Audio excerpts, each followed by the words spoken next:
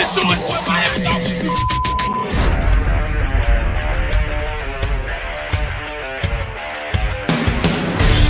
The pressure, he's in trouble. Loses the football. Touchdown! Got it! You have got to be kidding me. Jalen Waddle. It's a Dolphin touchdown. Throwing deep upfield on the near side. Man open. Touchdown! Looking deep. He's got it there. Touchdown! The run from Tua Tagovailoa. Touchdown! He's going deep. He's got it for a touchdown again. Touchdown!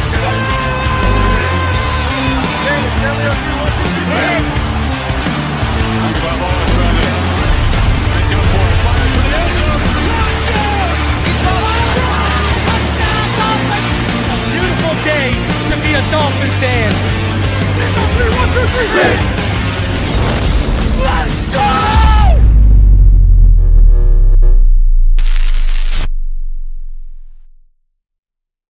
What is good, Fin Nation? What's good? It's your boy Reason, and we are back here for another one.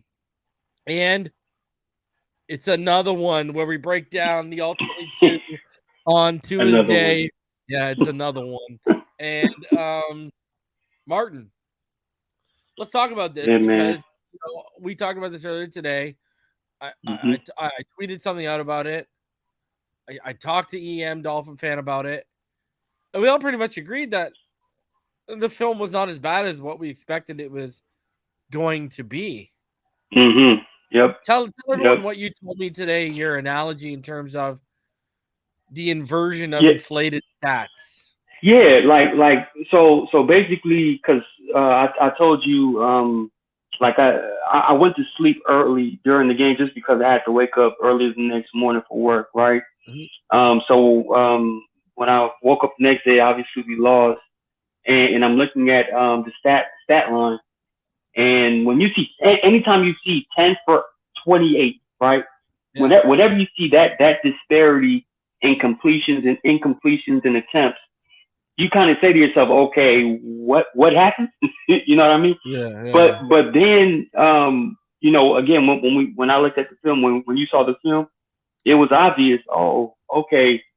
So it's not that the stats made it look a certain way.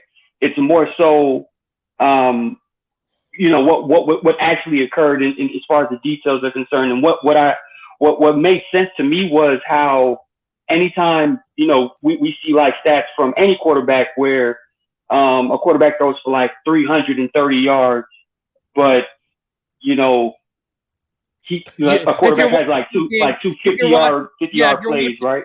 Or if you're watching in the game and it's all junk yardage and junk time, blah blah blah. Yeah. Like in this case in particular, when we see 10 for 28 for 145 yards, it's almost the complete opposite. Like as far as how you would look at the inflation of yardage if it was the other way around, as far as the junk yards is concerned, or the chunk plays is concerned. There's a lot of plays where you saw clearly, Tua did not play as poorly as the stats would say, and vice versa. Like some people would say, well, the stats look like this, but when we see some games, we're like, but he didn't quite play up to the stats. You know what I mean? Like, yeah. So it was the exact same thing for this one in particular, as far as that double-edged sword is concerned. And he didn't play down to the stats. He didn't play down. Yeah. That's a better way of kind of phrasing it.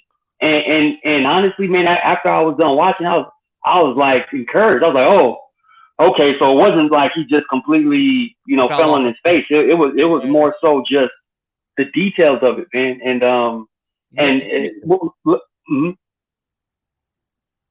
the execution. You said the details. And the execution, yeah. But luckily we have how we've said on this show multiple times, an OCD head coach where those details will get ironed out, and things that have players out of character or having the wheels spinning in their mind, he's going to put things together to slow everything down and make everything as ABC 1 2 3 as it used to be when we were clicking and running this offense at a high octane level, scoring 30 points a game. So, and elements aside, people will consider this game in Buffalo coming up that the elements is going to play a part. I will say they're talking for, just to add on to what you're saying, to add the context of what you're saying, they're calling for 3 to 7 inches of snow. I'm not, and again, I'm not too worried about the elements when a play gets executed. You know what I mean? When blocking gets executed, when landmarks are executed, when handoffs are executed, when routes are executed. Like when you are executing, it doesn't matter the conditions really, rain, snow, wind, whatever.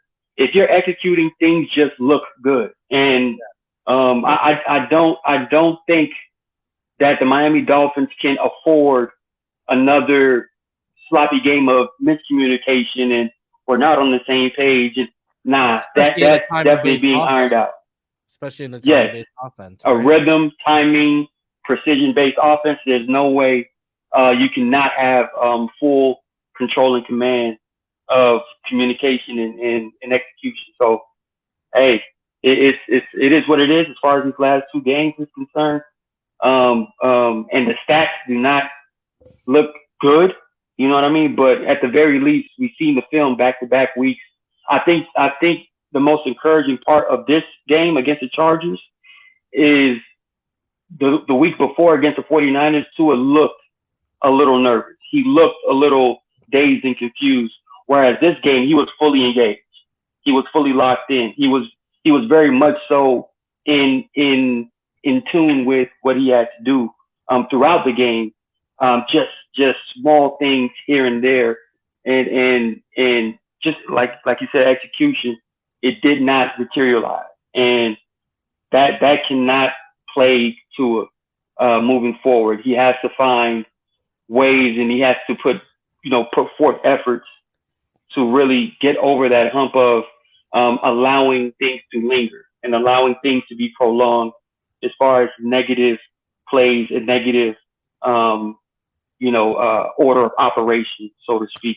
He has to maintain and sustain the function of playing the quarterback position at the high level that we've been kind of groomed and accustomed to throughout this season to see from Tua. It has to happen.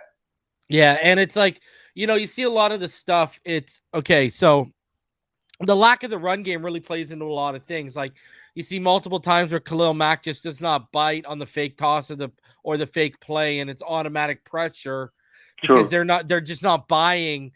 They're just not buying on the run. You see how deep they constantly they're dropping their linebackers to us, and they did a great job of taking away. I mean, we looked at the video, right? They did a great job of taking away the open space and dominating inside leverage, so we couldn't cut inside on a lot of different plays. And even when we did get inside, they were still like, Gesicki, when he got inside on that, that dig, the coverage was still real tight on him, right? The coverage was still real tight, right on his hip.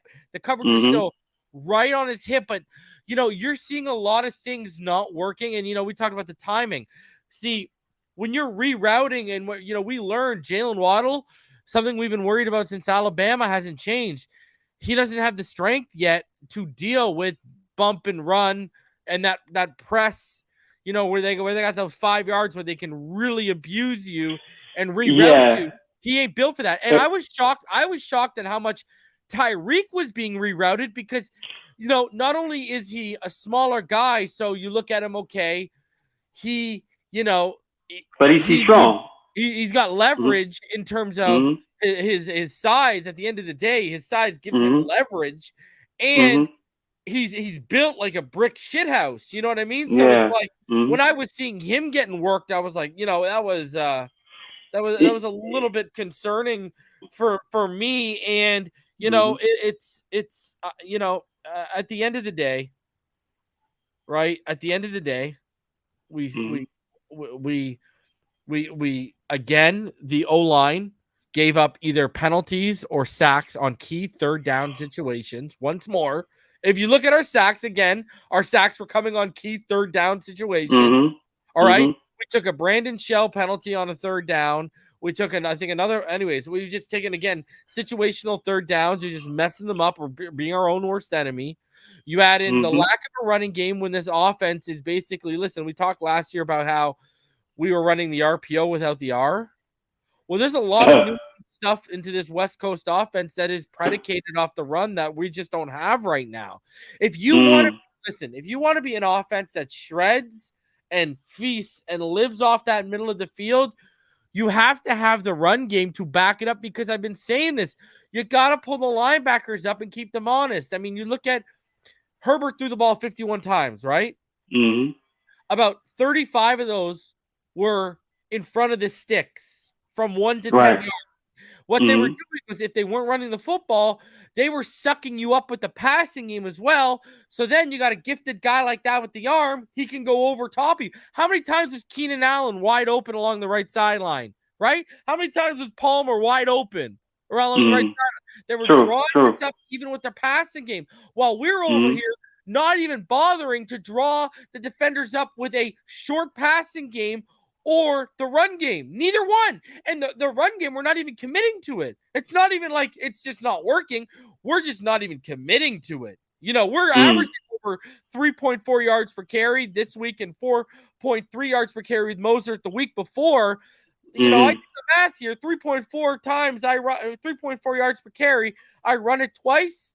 I'm in a second and short. I run it 3 times. I'm getting the first down. Okay. Yeah, right. So, you know, and I get Wilson left, and Wilson had 26, 28 yards on 4 carries. Maybe he was a big part of the game plan, but you got to be able to listen. The NFL is all about adapt or die. Adapt or relevant. From coaching to position wise, it don't matter. Like, and the same moniker exists in the game. You have to adapt or die in game, or it's over. And we just have not been adapting. Like, we were still seeing a lot of late, long developing stuff deep into the game, when that should be out of the playbook right now. That should be nope. I want speed outs. I want flats. Exactly. You know, Water and Tyreek are consistently going to be, at least one of them is going to be the first progression. More than likely, they're both going to be the first 2 progressions. But more than likely, one of them is going to be one of the first 2 progressions, right? Force Tua, because Tua is a system quarterback. If the system dictates you attack the middle of the field, he will attack the middle of the field. Even if it's getting clogged up, because that is what you are play calling. That is what the system is dictating.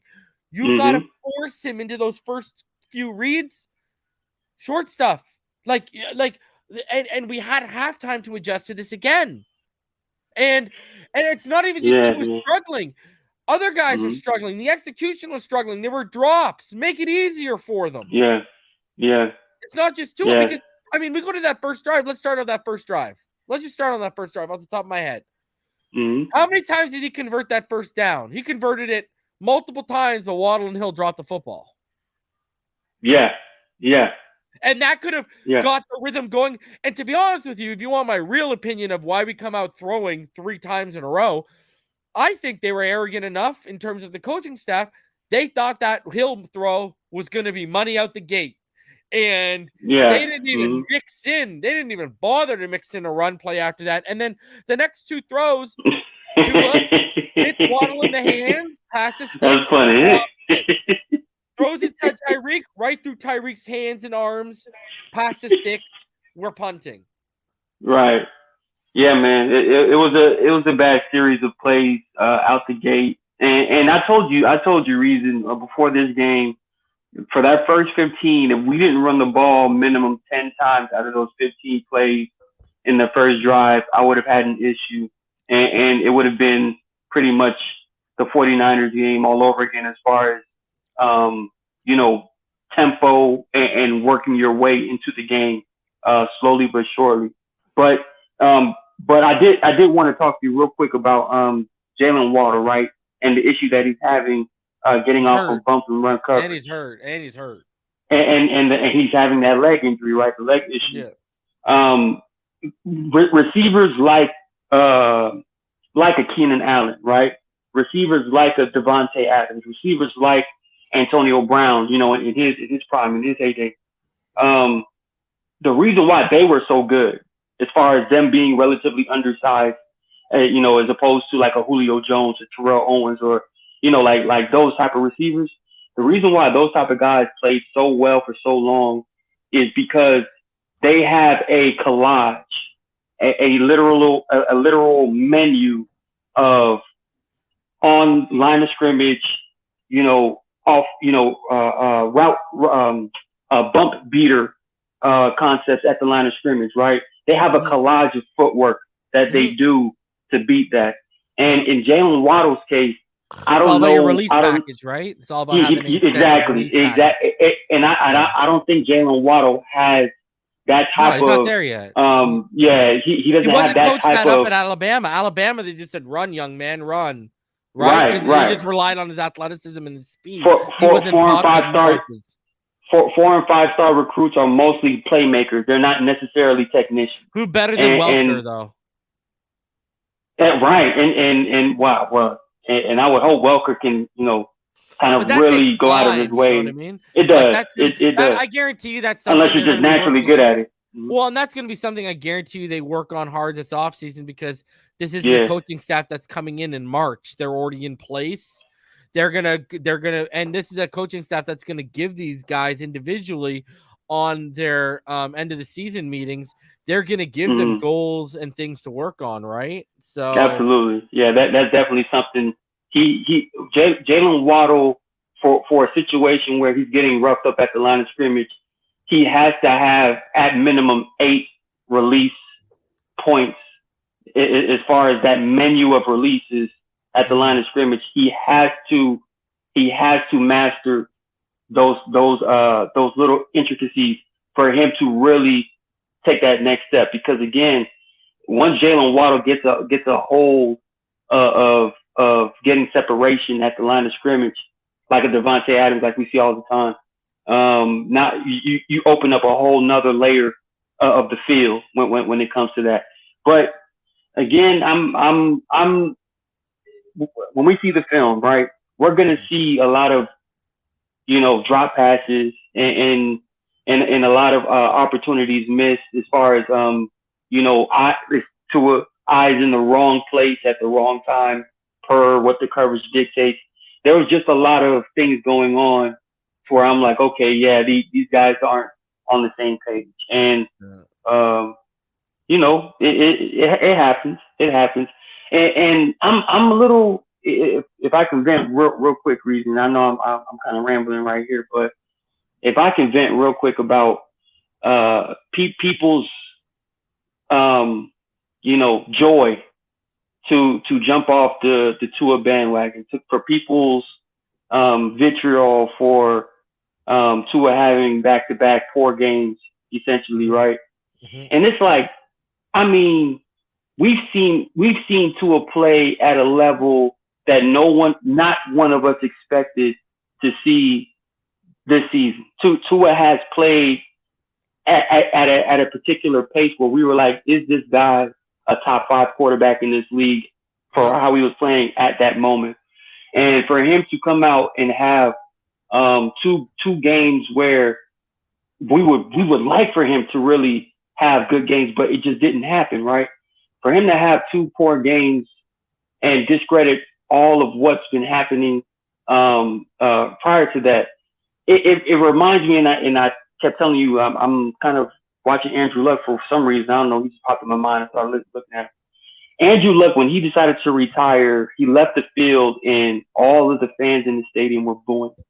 Yeah. And they were taking off his jersey, throwing it on the field. Some people were they had matches. They were lighting it, burning his jersey in the parking lot. Fans are fickle, and I was just thinking to myself, Andrew Luck is a golden child when it comes to the quarterback position. This guy was as perfect can be. Temperament, computer brain, cannon arm, prototypical size. He was the perfect quarterback. He was the most polished quarterback to come out in the last 20 years. I would argue the last 50. Yeah, I would argue the last 50, just based off of how out of the box ready he was, right?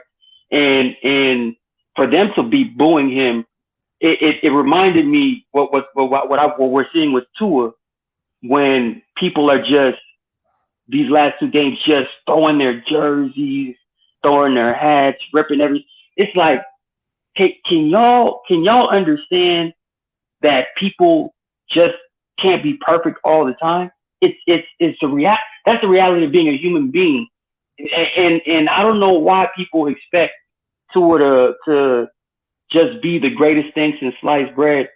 Look, give this guy time to figure it out, because again, people are clamoring, well, we need to look for another quarterback. They give him no room for error. They give him no room for error. They were just waiting for him to slip up, which is insane, because now you're literally forcing Tua to try to be perfect, and when he starts pushing the envelope to try to be perfect, that's when we start seeing games like the 49ers. Did you see what Javon Holland said? I didn't see that. No. Okay, this is what Javon Holland said. I brought it up for you. Mm-hmm. This is what Javon Holland said, bro. Check this out. He was on IG Live. This is what he had to say.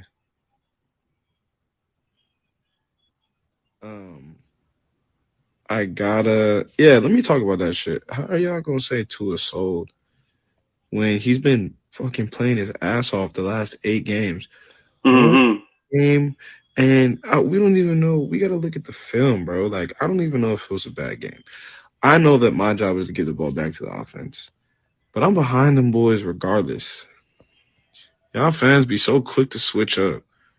Like, come on, man. That's so lame. I'll be so quick to switch up on our team. Like, how you want to, like, that is so crazy to me. Like, yeah, you loyal fans, like, cool. But then y'all just switch up dumb quick, and y'all hating on us. Like, bruh, I thought y'all was supposed to be ride or die or something. Nah, y'all be switching up on us. That should be lame. Super lame, bro. Anyway. I mean, is he wrong? Because I mean, it's one thing to, like, everything falls apart and you switch up postseason, but like people be switching up like quicker than they change their underwear, bro. Like, right, they be switching up by the minute, by the hour, by the day. Like, it's just no shame, right? No one just sticks to their guns, right? It's just flip flop. People be flip flopping more than a pair of sandals at a beach.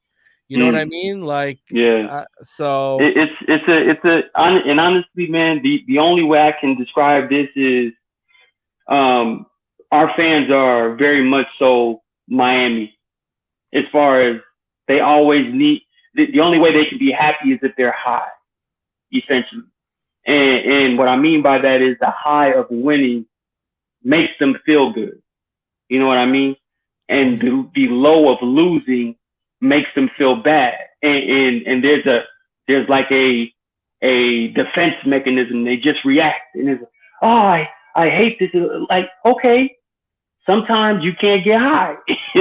Sometimes your supplier will not have what you need. Bro. No, I'm sorry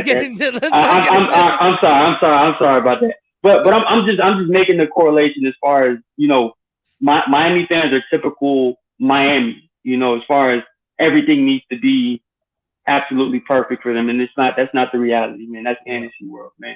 People go through things, and Tua's going through his thing right now. Well, not only Tua, McDaniel going through it too.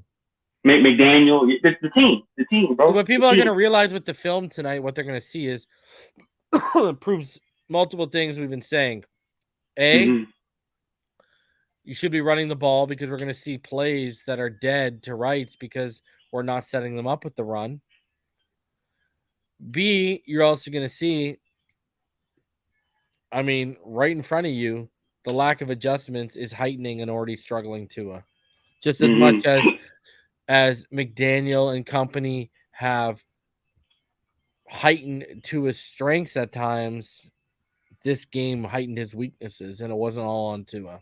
So let's get into this, man.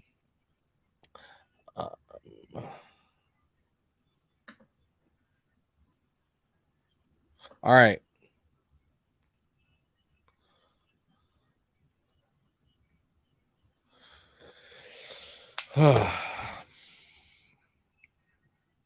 Always funner when we have a big game and a win, eh?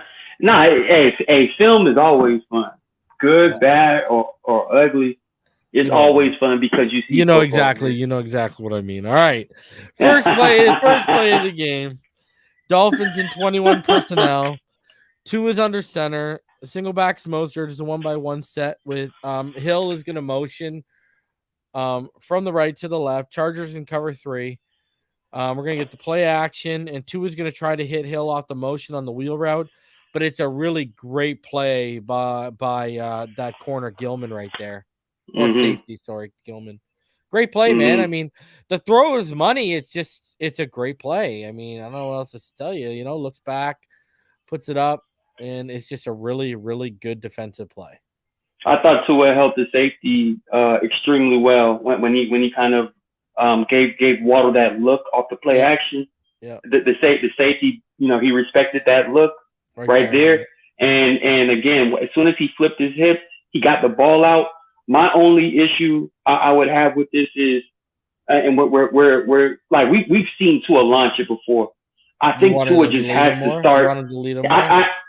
Not even just leading him more, just lay it out there for Ty. You know what type of speed Tyreek Hill has when it comes to tracking that football down. Tua has. I don't think he thought this. I don't think they thought the DB was going to make this play, bro. You want my honest opinion? I think this was all arrogance, this play, if you want my honest opinion. Great play by that defensive player as far as keeping up with Tyreek in that switch. That's what I don't think he thought. I don't think Tua thought. Look at the casual when he launches that thing, bro. This is just going to be. You know what? Yeah, you're right. He doesn't think that DB is going to make the play, and I'm not defending him because it ends up biting him in the ass because the DB does make the play. Yeah, but he just doesn't. This is arrogance, brother. Like, I think this plays a lot of arrogance. It's arrogance on Tua of him thinking, okay, this is just going to drop in the bucket. We're good. And after this play, you see the arrogance from the play caller, Mike McDaniel. Of it seemed like they didn't have a real big plan B, that this play wasn't going to work. Everyone and their mother on the Dolphins sideline thought this play was money. And again, the defensive back made a amazing play on Tyreek Hill. And again, my whole thing is I just prefer Tua to just overthrow Tyreek on these streaks, man, and let him run it down, track it down, man. Lead him. Just let him give it out. Let him have it. Yeah. Next play, 2nd and 10, 2 in the gun, 21 personnel. Mostert. He's going to motion into the backfield right there. 1-by-1 set for Miami. Cover 6-2-4 for the Chargers. And the coverage is superb all around, but Tua still hits Waddle in the hands, but he drops the first down, bro. He hit him right in the hands. I know. In the hands. And this is a first down. And here we go again. A rhythmic and timing offense offer them early. The team oddly struggles when they don't defer. Right in the hands. Boom. Yeah, popped right on Waddle.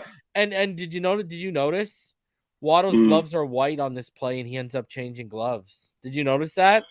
I did not notice that. He ends up going to orange gloves. Look at, they're white right now. When we come back to them later, watch, they'll be orange. Right in the buck. Look at, unbelievable. That's great location. Now, mind you, Tua, great coverage. Tua theoretically did everything exactly how he was supposed to do it as a quarterback. Right read, perfect throw. Just a drop, right? But the only thing I would say about Tua is he has to know his receivers, right? He has to know what his receivers do well, and he has to know what his receivers don't do as well. And there is nothing within this season that has shown me that Waddle can handle these type of contested throws. Obviously, he needs to make the catch. This is a clear NFL drop. But Waddle has not shown that he is capable of making these type of contested catches. He's not there yet as far as being that dog, when the dude is on his back like that. He's not there yet. But Tua, he just made the read, he made the throw, but it's better to know your receiver before you let that ball go. And in that case,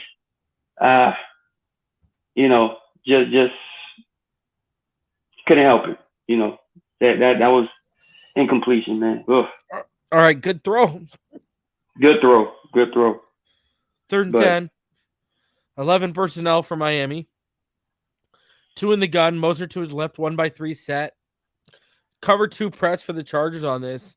Tua is going to drop a dime between the defenders to Tyreek on the out route, but it's literally through his hands. Again, a first down throw botched by the receivers. Dolphins have to punt. And you really see it here right through the hands, bro. Like, unbelievable. Yeah.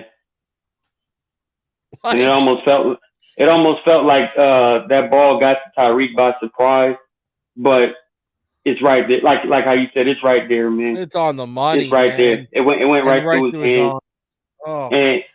And again, I will say the blocking again right here. You see that stunt that they couldn't pick up on the right side of the offensive line.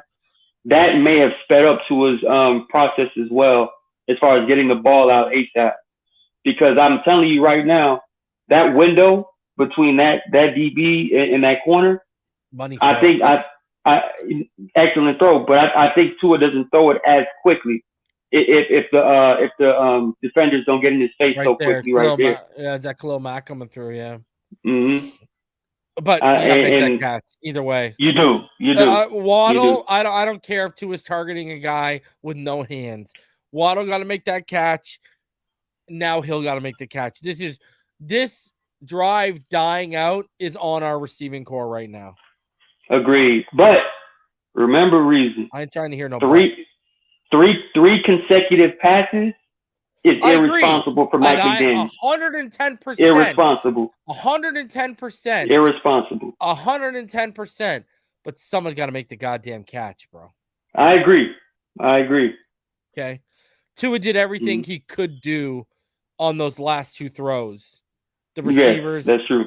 Didn't do their job, and that's a top 10 pick and a man making quarterback money at the hey, it happens. Yeah. Twice in a row. Right now you can feel the energy and the vibration was off, man. You're like, oh, here we go again, right? What in the world did they do in California for a whole week? I have no idea. That's what I want to know. I have no idea. No idea. Dolphins offense gets it back after the defense bends but doesn't break. And they actually got a turnover on downs off that first drive. Big time stop by our defense, man. So it's now 2nd and 9 after a 1-yard Mostert run. You got 2 in the pistol with Mostert, 21 personnel, 1-by-1 receiver set. Ingold is going to motion at the snap. Chargers are going to drop to cover 1 post snap. So here we go. We're going to have play action off the snap. Tyreek's going to try to take Tua's going to try to take Tyreek on that quick slant. Tight coverage by Mike Davis. He delivers a dime in a tight window again, but Tyreek can't hold on. This is actually, again, the God view tells you all when it comes to these dime short throws. Boom! Right on. It's right in his chest right now. Now, he's draped. This is fantastic coverage, but we pay you $3 million to make this catch. True. And again, I think that throw is exactly where it needs to be. But that throw in particular, I probably wouldn't have attempted that one, only because he did, and he put it in the basket, buddy. He did. But barring the coverage, if you see from the field view, yeah, but it's Tyreek versus Mike Davis, bro. You're making that throw all day. This is a $30 million man against a third stringer. You're making that throw, bro. I get it, but we're not trying to force the ball. That's what I'm saying. You still have to read the defense as a quarterback. And in that case, I probably would have went to Durham Smythe on that wheel route because of how that was an automatic rub from that safety that ran underneath. So Durham Smythe had to play. He had it. Yeah, he had it. That safety was not in place to make a play on that football for Durham Smythe to just, right over the top, probably like a 15, 20-yard gain. You're out of the back of your end zone. But again, like you said, accurate throw. Tyreek needs to make that catch, but to make things, The easier throw is the wheel. Yeah, like just read it, feel it. Don't force it to guys that you know are a little bit better as far as player to player. Just read it, get the ball out of your hands, get comfortable, and then when the time comes, that's when you find your matchup. He didn't even read Durham's release off the rub though. Like he's locked in on Tyreek right away. He glanced it to kind of get defenders away from it. He glanced it as he did the play action. If you watch it, exactly. The play action is when he's glancing it. Exactly. Yeah. But I think that was the best route because of the rub. You see that rub right there? Where the DB couldn't get? Yeah. Yeah. I think that's an automatic. But let me ask you this. You think if that's Waddle, he makes the throw and he's just not trusting Smythe's speed and the second level of coverage taking an angle on him? I potentially, but I've seen Tua make this throw to Smythe in the past. Remember the Falcons game, Because see right here you got to make a read right here, right? Are they gonna release Tyreek or are they gonna draw to Smythe? Clearly he locked in that it's Tyreek, right? He locked in on Tyreek. He locked in on Tyreek. But again, I'm saying I think that Smythe's throw I've seen him made in the past to Smythe, and Smythe has made big catches. Like it's just trust what you're seeing, read it, be comfortable, make your throws. Don't always try to force it to your number one receiver. It's not always necessary. So yeah, he was locked. Look at that, bro. As soon as he's out of the play action, resets the feet and bang, it's out. It wasn't a read. It wasn't really a read for him. No, it wasn't. It was a predetermined. Accurate throw now. Look, accurate throw. Yeah. Money in the bank. High coverage. Money in the bank still. Money in the bank. Yeah, but there was a better option, man. As far as the read is concerned. Yeah. All right. Here we go. We're on 3rd and 9 right now. 2 in the gun. Moser to his left. 10 personnel. 1-by-3 set, but Cedric Wilson will motion. Chargers show cover 2, but they're going to slide into a Tampa 2 look. Tua is finally going to do it. He hits Tyreek in the gut on the hook route for a much-needed 13-yard completion. And it's still actually kind of a difficult throw because I know, man. The linebacker buck dropped right into the area, into the throwing lane, right? Like, watch this. Like, buck drops right to overhang him. It's hilarious. Like he's overhanging. What a throw! There he goes. Yeah. What a throw! But that's excellent anticipation. Okay, that's what I'm saying. Okay, we are 5 throws in, right? We're 5 throws in right now, right, Martin? Other than the first throw to begin the game where Davis made the play, everything's been on this man should be 4 or 5 right now. At least. Maybe 5 or 5, what I mean? That's why we're telling these people but that's why we're telling these people that the 10 for 28 don't speak volumes. Right now, he should be 4 or 5. That first throw of the game, great play. We're not going to give it to him. Everything other than that, he's hit in the hands right now. He should be 4 or 5 right now. And we shouldn't even be probably on our second drive. We should be still pushing on the first drive, realistically. Yeah, man. It was rough. It was a rough start, man. Rough start. And none of it was Tua's, doing, essentially. All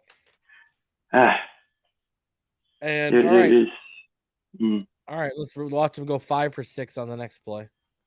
But again, luck and is not in our. I want people to watch Tyreek on this play. So Tua's in the gun. Mosert's to his right. 21 personnel. Gesicki's out there. He's going to motion out of the trips bunch to that left right there. He's the guy you're seeing move. He's going to go to the right side, give the offense a doubles 2-by-2 look. Cover 6-4-2 for the Chargers. Play action. Tua's going to pump off the slant, and then he's going to hit Tyreek in the flats. But watch Tyreek tripped. So he's already in throwing motion, and that trip just threw off everything. Threw off his balance. That's why he fell down, and that just threw off where he got hurt. Pumps a slant right there on the inside, sees Davis is hip to hip on the coverage, pumps it off, goes back in, and the trip on Tyreek Hill. And there you go. You're going to see it right here, right? Man, just nothing going our way, bro. I mean, now he's 5 for 6. got hurt. Look at that is where he got hurt. And look at that was blatant too. That was slide, but you ain't fooling me. Look at he stuck that out right there. All right. And Tyreek, that's where his ankle gets banged up, and that's where it all goes down, bro. Reason, how do you feel about Gesicki on this play? Because again, as far as options that he has right here, right, and per the coverage that's being ran for him, why not? You see that one-on-one, right? Gesicki's running a wheel route. Yeah. Why not give Gesicki these opportunities for alley-oops and like really putting Gesicki in position? The defender took a great angle right there. He did. The defender's undercutting anything you want to throw there. Like the wheel was the last one you pointed out because of the angle the defender did. He pulled up so closely. You know, he crept up way too close, and then Durham was just able to angle him out on outside leverage. This one, he's got the outside and look at the undercut. And it's the complete opposite. Yeah, it's the opposite scenario. But I get what you're saying. Like someone said in the comments while we were breaking down the Durham Smythe, why isn't Gesicki in that position right there? Because if Gesicki, let's be honest, you know, maybe Tua does look at that, takes Durham Smythe's wheel a little bit more seriously on the last wheel you pointed out. If it is Gesicki instead, right? Maybe he takes him off the rub. There's no rub here though, so I you know, the rub. There's no rub there. Right. Pumps off. He did the right thing in pumping it off. Coverage was good. There was really nothing there if you look at it, man. Like I know, but again, throw. Correct, but again, I still like Gesicki as far as that matchup is concerned. I like Gesicki if there's a rub, and I know that angle was pretty good, and I think took away anything you wanted to do there. Yeah, okay. As far as not putting the ball at risk. Now, I would be all over you and what you're saying if it was Gesicki that took that Durham Smythe spot a couple wheels ago. But again, we already broke down why he didn't see it or whatever. But still, you know, Gesicki needs that chance there. You know what I mean? You know what the problem is? Like, don't you feel like none of these guys are like Gronk or like a Kittle where we just don't have like a yak tight end, eh? Like we don't. Like we just don't. But those guys can do what Gesicki already does and more. They can be physical at the catch point, but they can also block. You know what I mean? But they can also, like, even Gronk. Gronk wasn't a big like he wasn't a big speed guy. He wasn't but even Gronk. This was like a semi truck bellowing down the field, but even he offered you way more after the catch because he would at least break tackles to get himself into open space. Gesicki doesn't offer us any of that. Like, it's okay. He's a possession tight end. He's either going to make the catch at the catch point as a possession guy, and that's that, or he's not going to do anything. Like, it's like they should have traded him. Franchise tagging him. Hey, long story short, Gesicki should have been traded a long time ago. Yeah, bro. I'm with. And honestly, even outside of that reality, we don't even use him enough in this offense. That's what I'm saying. So, it's not even relevant. Like we shouldn't even, with the way things have all lined up, we shouldn't even have paid Cedric Wilson, but that's hindsight with how Sherfield's worked out and Craycraft and stuff, right? We didn't know they were going to work out to the level and extent they have, right? So really, and if you do no Cedric and no Gesicki, I mean, dude, that's almost $20 million right there.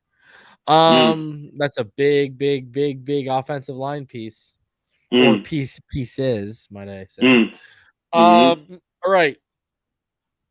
So, after the no gain right there, it's 3rd and 15 now after a Mostert run goes nowhere, and Brandon Shell on 3rd and 9 took a false start penalty. So you're going to see the theme pop up again, people, of us on 3rd down, we become a little bit of our own enemy and shoot ourselves in the foot. So you got an empty field for Miami. You got 2 in the gun. You got 1 receiver to the left. You got an interesting it's a 4-man offset stack to the right. You got cover 6, 2-4 for the Chargers. Tua's going to have Mostert in the flats to the right all day with nothing but space, but he's going to lock in on Tyreek's deep crosser. Mm-hmm. And the timing was off because of how Tyreek was bumped and rerouted.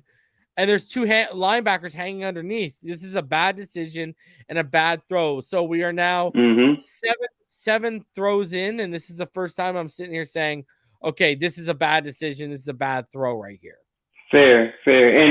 And again, me nitpicking this again. This is the first time where we're really saying, okay, this is all on Tua here. Yeah, and I think as a quarterback, you're seeing the coverage, you're seeing the numbers.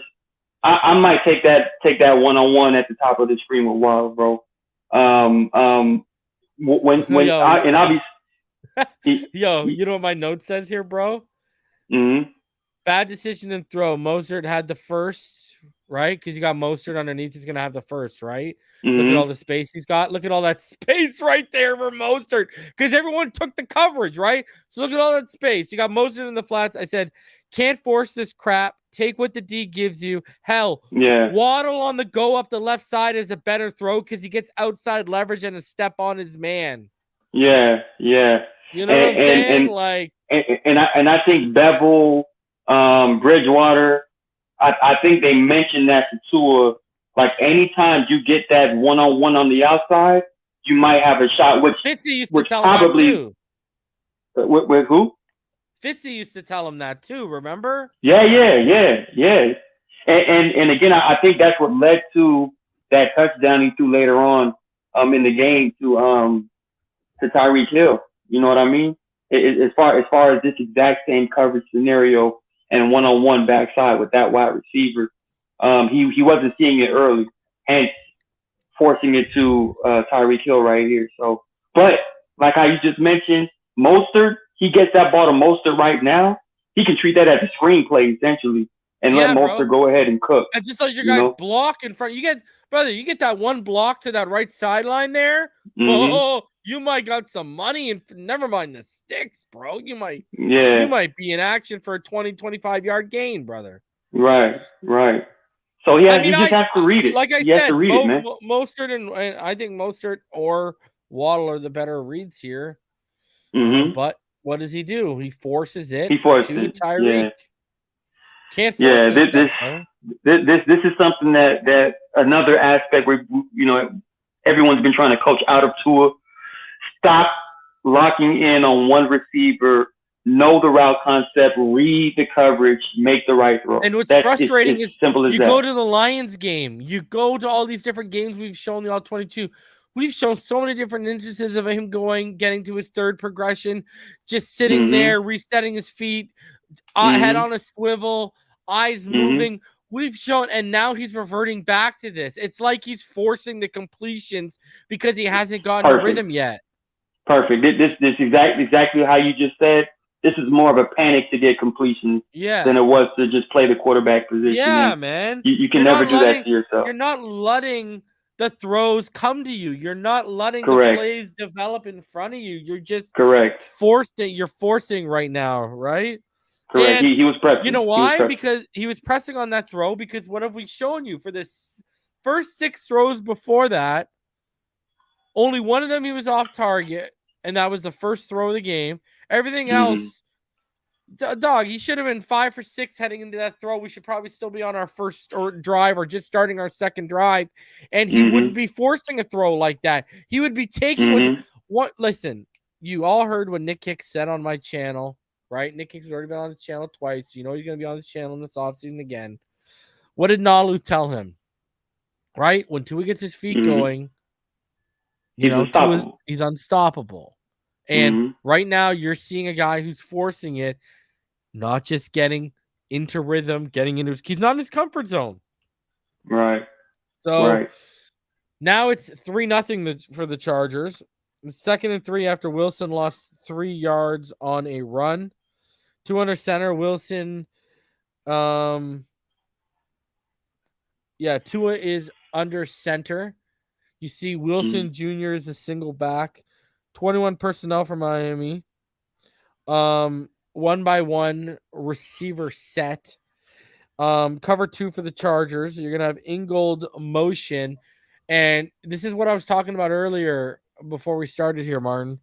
This is a result of not having a run game. They don't bite on this fake toss whatsoever. Whatsoever. This is another. Look, they don't bite on that fake toss. Not whatsoever. They just play you. Obviously, there is a running back to take on. But anyways, this is the throw that everyone's talking about. Tua, man. And this I'm going to just read my notes. Tua steps up and throws the post perfectly by Tyreek, loses it in the lights. Unreal.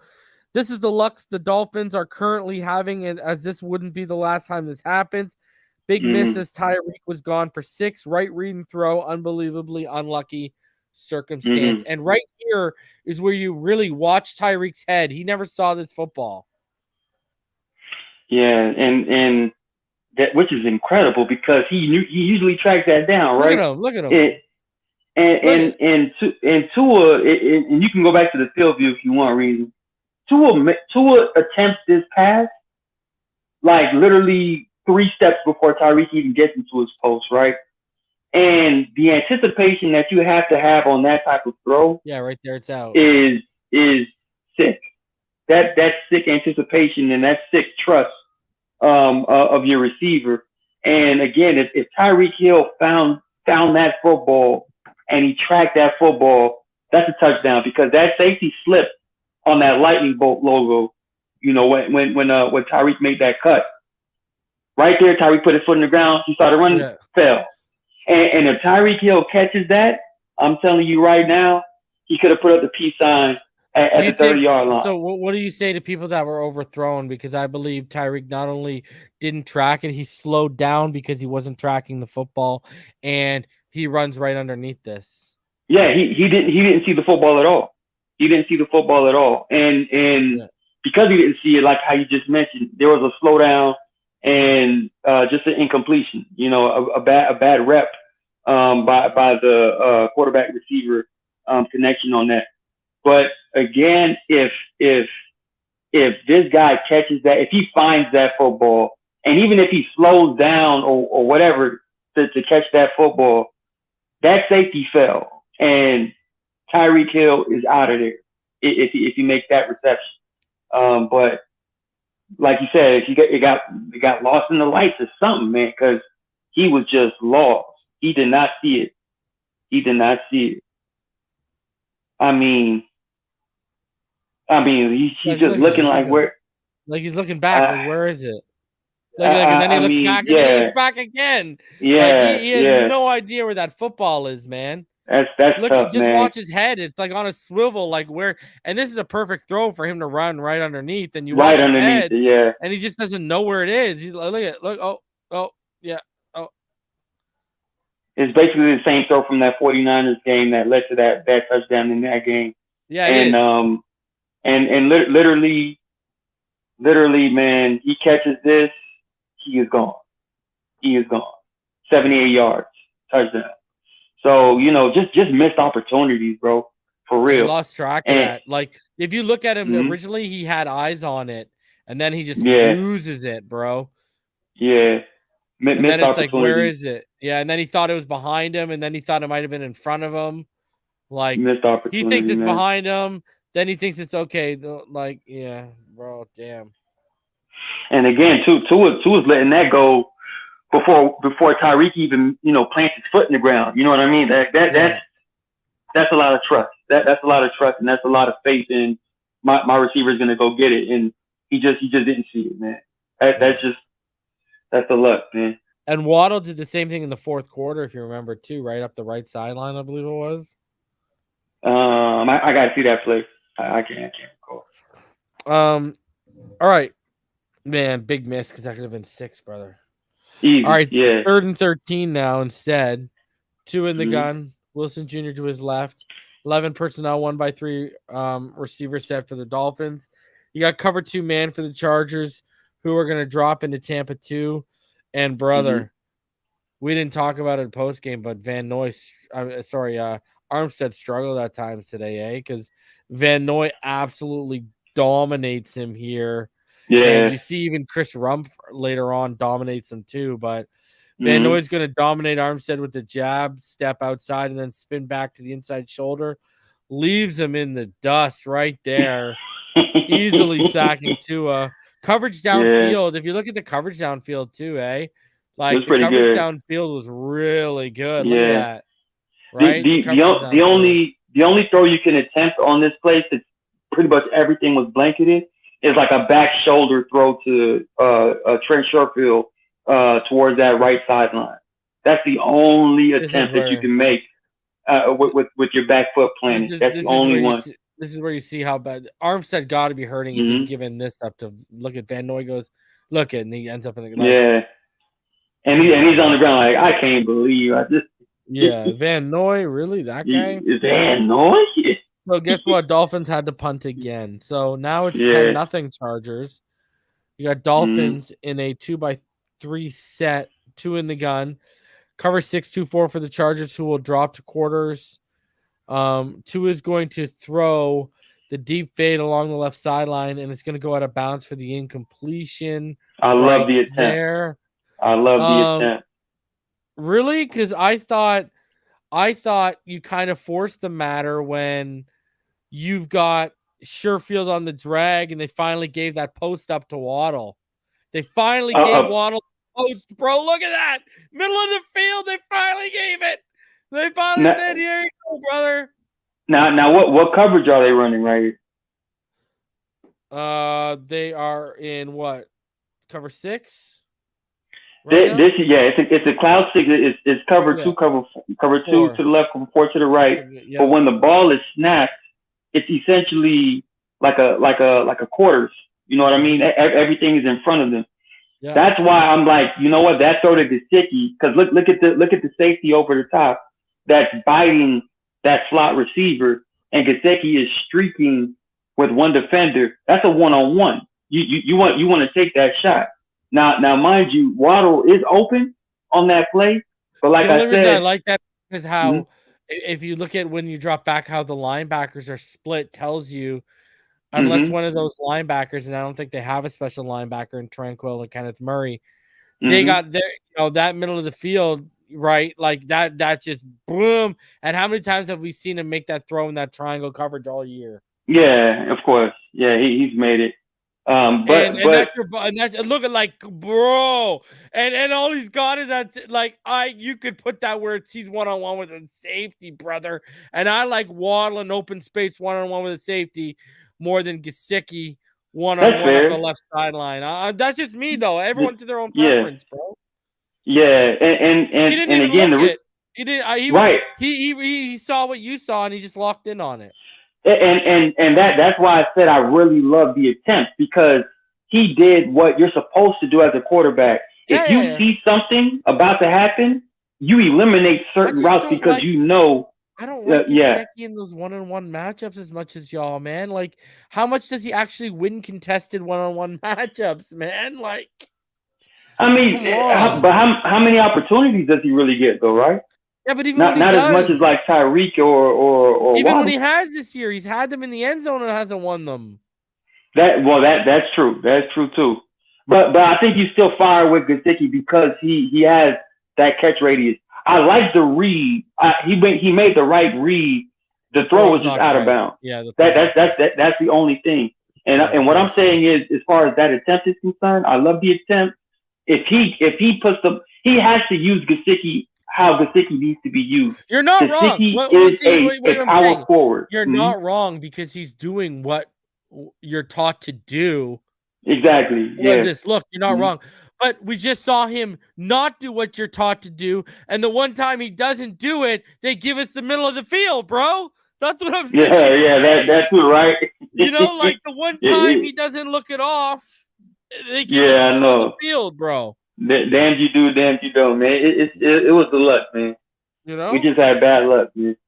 You know? It's just one of those things, bro. I know. One of those things, dog. And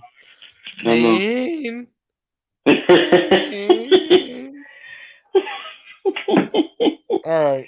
Yeah, but Let's get to this now. All right. So, yeah. You like it. You like it. You like it. That's fine. You can like it all you want. You ain't gonna win that, even if you do, man. I don't know, whatever.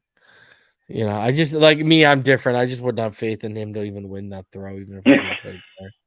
you just want to trade this thing. You just get him out of here. Way too much under that though from Tua. He overtouched that by a mile. Yeah, I know. All right. 2nd and 10 now. 2 in the gun. Wilson Jr. to his right. 21 personnel for Miami. 1-by-1 receiver set. Cover 6, 2-4. They're going to drop into cover 1. Ingold's going to motion to the right. Tua's going to try Waddle on the post, but Asante Samuel gets a hand on Waddle and turns him away from the ball, which draws the flag, rightfully so, for the PI. I got to add the nuance of this. I think this is me just, maybe I'm overthinking it, or maybe I just think about the details. No, go ahead. This is a smart play by the Chargers. You're going to give up the throw anyways. That's on the money. Keep Tua out of rhythm. That's exactly what this does. You keep Tua right out of rhythm. Sure, you give up the yards, but you're going to give up the yards anyway. The throw is on the money. Now, we could sit here and say, okay, maybe you should have taken the flats, whatever. Throw is on the money, all right? When we watch the God view, you'll see it. Now, you could take Ingold on the wheel. That's what I was going to ask you. I was going to ask you that. Wheel all day. But the throw was on the money. And what's crazy is if he makes that catch, look at the help over top. He's in the open space, brother. So you could say you make either one here. Really. Either one looks like it's beating the coverage. They took the penalty. You know what this feels like? When you see a player on a breakaway in hockey and the defender trips them, so they give them the penalty shot instead of just giving them the one-on, because you're getting one-on-one with the goal. He's gone, brother. If he makes this catch, you look at this angle, brother. He split that, and he splits that like a banana split at your favorite ice cream shop, and it's gone, brother. So I think I think this is the right read and right throw. I think either one works. Wheel or the post here, because the post works. It splits. Look at splits. Or the dig. My bad. I apologize, post. The dig works, and it was a smart play because it stopped the touchdown, and it also kept Tua out of rhythm. So I actually tipped the cap to the defense. Go ahead, though. It's a decent read. And my only thing is, I think we're still early enough in the game. Wheel? I'm gonna call you Martin the Wheel, because you live off the wheel. Only because I know how potent that route is when you can hit it, man. And look at again, that throw. Look at that throw. I want you to. I'm gonna pause this for you, brother. Like, come on, it's right. Brother, if he does not take this penalty, Waddle's off to the races, brother, and we're sitting back smoking cigars. Yeah, man. And to be honest, man, Tua is making these, tight coverage, pinpoint passes. It's consistent, right? So these people who are saying he was not making the tight window throws, he was. That the catches just weren't there. Again, this is bad luck. The catch should be there on film, but they took the penalty. Right, and again, I think the percentage of making this completion is so much lower than just hitting Ingold on that wheel route. Because my biggest thing is let's just move the football. Let's get first downs, right? Let's move the football down the field. That's the perfect pass, by the way. There's no debate. That's on the money. But we're still so early in the game. I don't mind Tua not making that throw. I don't mind him continuing to just get comfortable with the order of operation, pre-snap order of operation. Because it's second and not third? Say that again? Because it's second down and it's not third? Yeah. Just continue to work through your progressions, bro, and make the right read and right throw. Those throws that you're seeing right here, right now, they will come eventually. But there was more. I felt like Tua was just really trying to force it in there instead of reading what the defense was giving him and making the correct throw, for the correct read. And again, I thought Ingle was the route on this play because you see that linebacker. If you go back, also let's think about it. Let's stop though for a sec. Yeah. Can we agree that Waddle was the first progression? First or second progression on this play? He was the first or second progression. I gotta go back and look here. Let me look. Yeah, go ahead. Hold on, let me look. He's the first or second. Okay. 1, 2. So he's a second. He's a second progression on that. Because he was looking at Hill first. Yeah, he's a second progression on that. It's open and he makes the play, bro. It's a perfect pass. The wheel route because when you take this angle, because when we go to this angle and you look at if that, we've just shown how the ball was perfectly on the money. When we look at this angle, when you look at the space, it's 6. It's 6. There's no penalty. This is 6. Yeah. So I can't. That's why I can't. But I do agree with you. I like one of the notes I have here is listen. I'll read exactly what I have to you. Okay. Tua tries Waddle on the post, but Asante Samuel gets a hand on Waddle and turns him away from the ball, which draws a flag, rightfully so, for the PI. Still, this keeps Tua in the offense out of rhythm, even if they do move the ball. Had Ingle on the wheel. So I recognize that too, but I think both of them were money shots. And the thing is, this one just drew a flag. And while I think you think this is a safer throw because there's no way there's contact there, and you think he makes the throw. But let's be honest, he hasn't been making the sideline throws up until this point right now. But he's been making the over the middle of the field throws. It's just the receivers haven't been making the plays. Correct. So and again, Waddle probably went back to the huddle brother last time and said, "Bro, I was open on that post. They released me." I get it, man.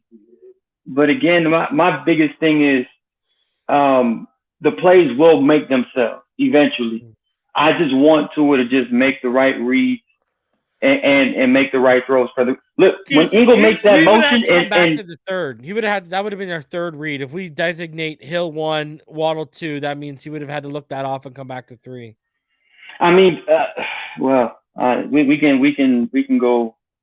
We can debate about it. My biggest thing is seeing Drew Tranquill right there in the middle of the field.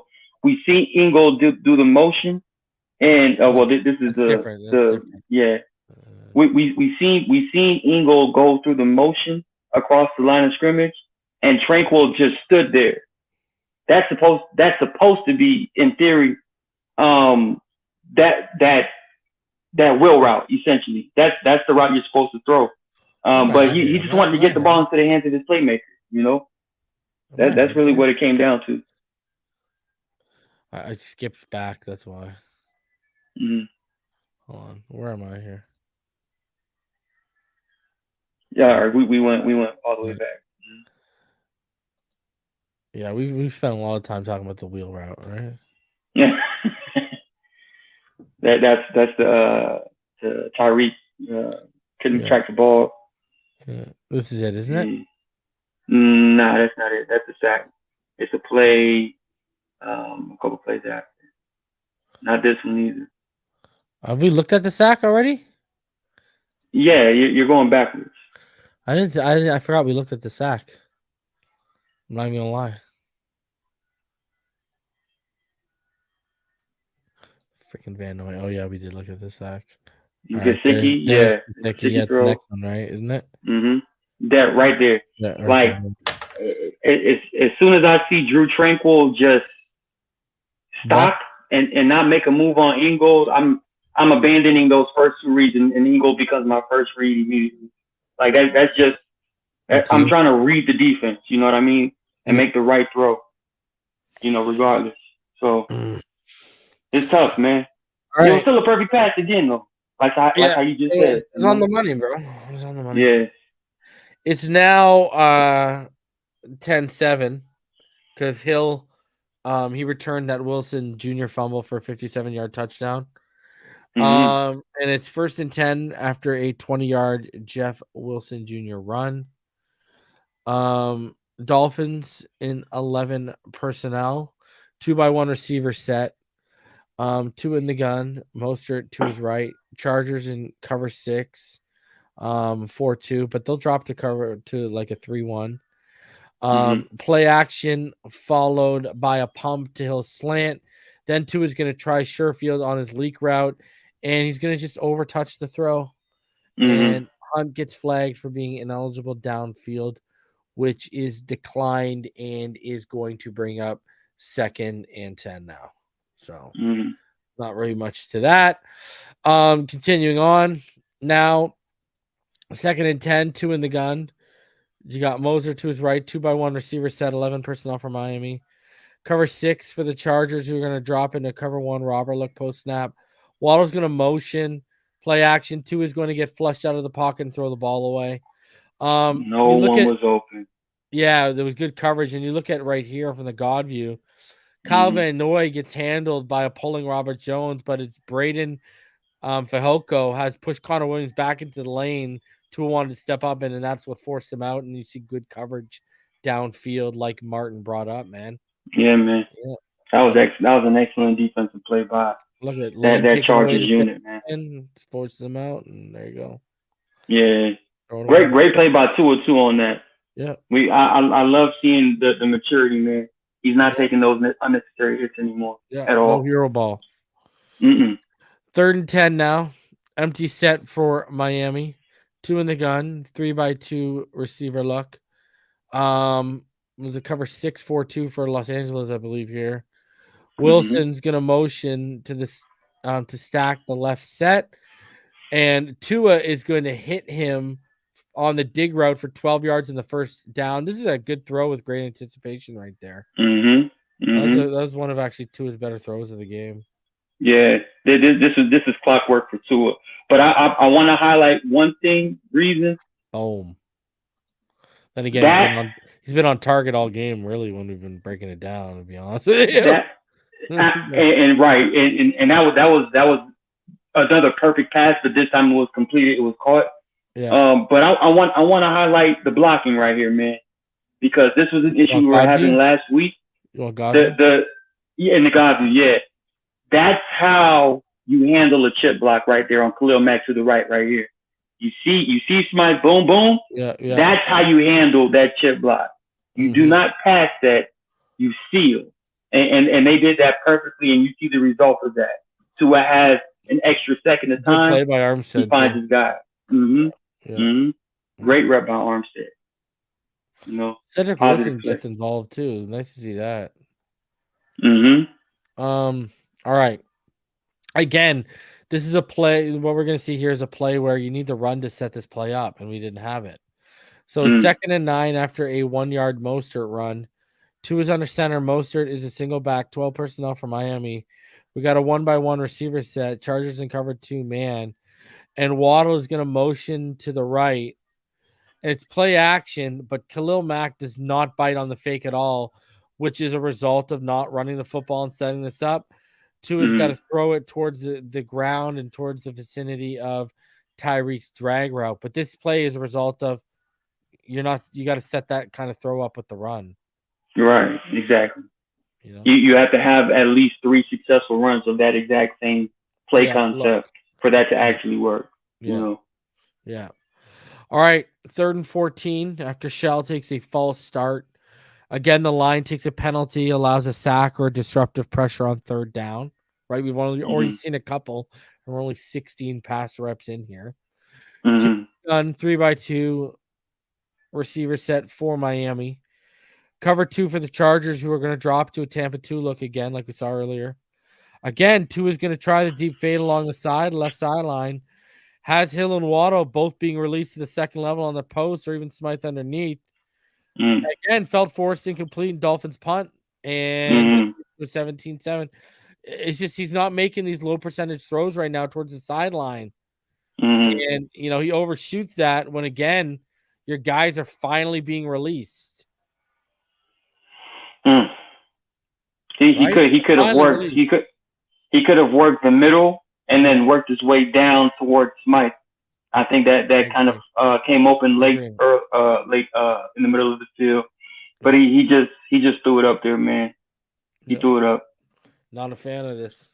Nah, I didn't like this decision by Tua. But also, again, what did we see? Other than Smythe, all long, developing, down the field stuff past the sticks. Right? Nothing at or underneath the sticks other than your check down.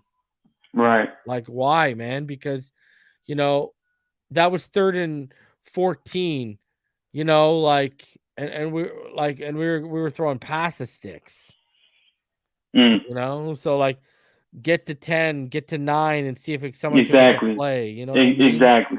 That doesn't hurt, you know what I mean? Exactly. Especially when you got these kind of playmakers, you know what I mean? So anyways. Exactly. 17-7 now after another Los Angeles Chargers touchdown. 18 seconds left in the half at this point, I believe. 2 in the gun, Moser to his right, 11 personnel, 2-by-1 receiver set. Cover 2 for LA. Surefield motions to the left side. And Tua is just forced and flushed out, throws the ball away. This is what you're going to see here is Morgan Fox, number 56. He's going to swipe away Robert Jones's hands, and he's going to get through the A gap while this runs right into Connor Williams' block. That's going to free up Khalil Mack. Right? There you go. And Dolphins would then run the clock out heading into the half. But we've seen that, as the sample size has gotten larger, I've been less and less impressed with Robert Jones. And you see right here, drives right back into the block and takes Connor Williams out of the play and frees up Khalil Mack. But you know what? I think that was also a great move by that defensive player. You know what I mean? But we've already called Robert Jones' name a couple times, and we're only halfway through. Yeah. I mean, I don't know who that dude is for the Chargers, but Morgan Fox, 56. That dude's hand fighting game at the line of scrimmage. Yeah, it was good. It's legit. You noticed it. Yeah, yeah. It's legit. He's in my notes a couple times because of his ability. Yeah. Yeah, but smart. Regardless, smart play by Tua. He didn't. That hero ball stuff is steadily leading him, and I love to see that, man. Dolphins' first drive of the second half after an LA 3-and-out, still 17-7. 2nd and 9 after a 1-yard Raheem Mostert run. 2 in the gun. Mostert to his right. 21 personnel, 1-by-2 receiver set. Chargers will shift from cover 6 to cover 2. Hill is going to motion to the left. Hill is bracketed, but Tua is still going to throw towards his post route, but it's behind him for the incompletion, and everything was pretty much covered when you actually pause it and look. No one was open. Yeah, no one was open. Field. So what's that going to do? Bring up a 3rd and 9. Why not? They were just pinning their ears back on 3rd and 9 against us. It's brutal. All right. So now 3rd and 9. 2 in the gun. Moser to his right. Trips left. 1 receiver to the right. Cover 6-4-2 for LA. Tua is going to move up in the pocket after he gets a snap. He's going to try and hit Gesicki over the middle on his post, but it's broken up. Tight coverage and a rounded out route created no separation. Brother had Waddle all day on the corner for 6, bro. Waddle even threw his hand up. Look, Waddle, look at it. That's Surefield. No, it's not, brother. No, it's not. Waddle changed his gloves? What did I tell you earlier? What did I tell you earlier? Wow. I did not see that. Yeah. Earlier, right? Surefield is at the top of the screen at the 50. He's got orange cleats and gloves. Yeah, okay. There you go. Yeah. See, tricked ya. Dang, he got me. Yeah, he got me. Silly rabbit. Yeah. Hey man, but that's the play right there. Hands up all day. That's the play. Yeah, that's the play. Come on, baby. That's the play, man. You got exactly. He has to read it just a little better. Brother, up until the San Fran game, that corner throw has been money all year for him. Right there, no problem. Right, man. He's been doing that in between the 2nd and 3rd level. No problem on the corner throw all year. So when people try to tell me you can't throw outside the numbers, you're wrong because the film tells you the exact opposite. We know he can make that throw, man. And where your body position is, you're not even at the far hashes. Right. Where he ends up, right? Shifts over. Middle of the field. Yeah. Oh, I was there, brother. Yeah, that's like a 35, 40-yard throw that he could make routinely. But even him missing that, I still thought that throw to Gesicki was just a little behind. It was a little behind. But people on the stream made it feel like it was like way behind. It was a touch behind. Nah, it was a little behind. The coverage was good, and because the coverage was on the hip and so tight, you couldn't afford to be even a little behind. Yeah, you couldn't afford to be a little bit behind because it was going to get broken up, and that's what happened. Right, exactly. Look at how tight the coverage was. And Gesicki's catch radius in these type of route concepts, like, Tua knows better. Just lay it out in front of him, let him reach out, make the reception. Make that throw to Waddle, brother. I know, man. If Tua finds Waddle on there, like right when he's about to split to that corner, that's a huge play. That's like a 40-yard game. Miami has to punt when it should be 17-14 right now. First 10 after 2 Mostert runs get the first down to start this drive after a Chargers punt. Like I said, still 17-7 at this point. 2 in the gun. Mostert to his right, 11 personnel, 2-by-1 receiver set. Cover 2 for LA. Good coverage on this play and a wide open running lane. Let's to a scramble, right? You see coverage, running lane, 5 yards. And then, he also, did you notice he gave Kenneth Murray the little 1-2 juke? Yeah, I saw that. Little 1-2, so nice, Kenneth Murray. Look at this, right up there. Because look at Kenneth. Did you know it? Watch this. I love Kenneth because this is like, well, if you watch number 9, guys, that's what we're talking about. Watch, he's going to shift out of the screen. Then you're going to see his head pop back. And then just in time for Tua to give the old 1-2. So there you go. Kenneth's out of the screen. Here he comes. Now he's back. Whoop. Oh, yeah. He got him. Tua got a little J. You icing him. What is that? Juice. But he got to be careful, though. You know what I mean? Well, later on, when he goes head first, I would agree. I know, right? Unbelievable. He got lashed out on the sideline. Yeah, he had to, man. Especially in film session. 3rd and 5 after a Mostert run goes nowhere, and Miami burns a timeout. Gesicki, you see him motioning to the left, 11 personnel, 2 in the gun, Mostert to his right, trips left, Hill split out wide right, cover 6-4-2 for the Chargers.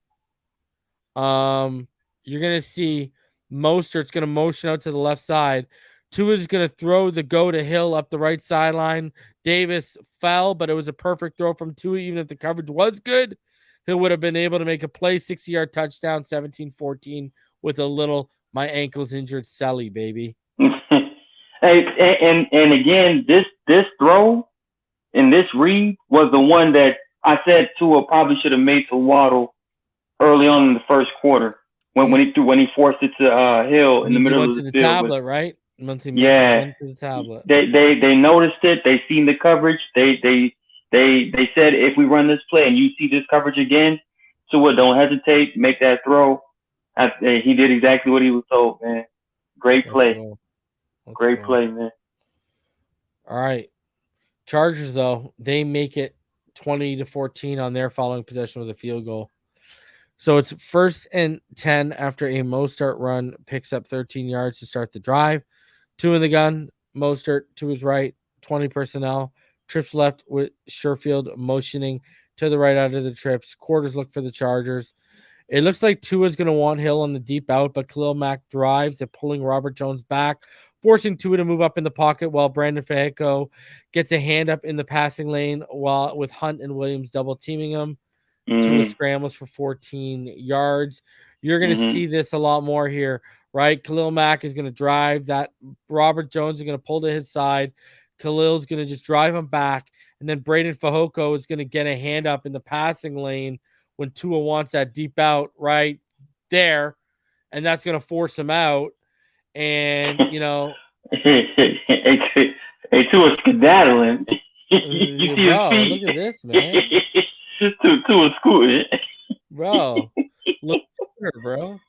Oh man, bro, he really out there like running, bro. Like, oh. And he slid though. See, I like the slide there, but yeah. That was a great scramble by Tua, man. it was, man. 2nd and 10 after a Mostert run goes nowhere.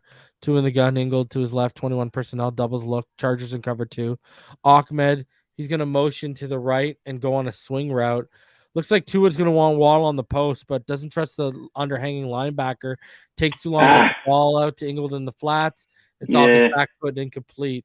He looked very indecisive and out of rhythm here.